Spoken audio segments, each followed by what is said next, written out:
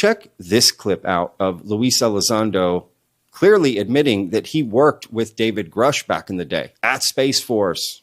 I worked with David Space Force. I don't know if that's public knowledge, but I'll say it. What the hell?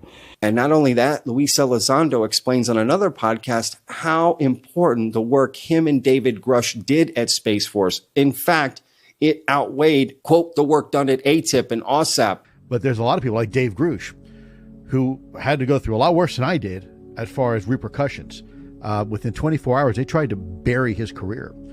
And, love him or hate him, irrelevant. He is a patriot. And I worked with him at U.S. Space Force. I wasn't allowed to say where, but at this point, I don't care anymore because people are like, oh, well, he didn't really. Yes, he did. We worked in his SAP-F facility, a skiff together, and our only job was UAP. And no one knows that.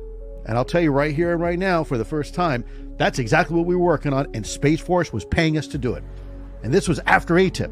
So when people are saying, oh, well, there wasn't anything to see here, that's not true. And in fact, some of the most compelling data that we have right now in the U.S. government was a result of our time at Space Force, not at ATIP, because we had better technology, more capabilities, more persistence.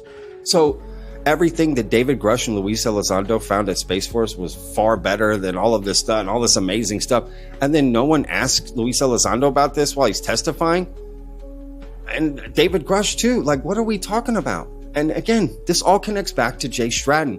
But my point of rabbit trailing here was, is Luis Elizondo the guy that actually got David Grush to go on the investigation? Is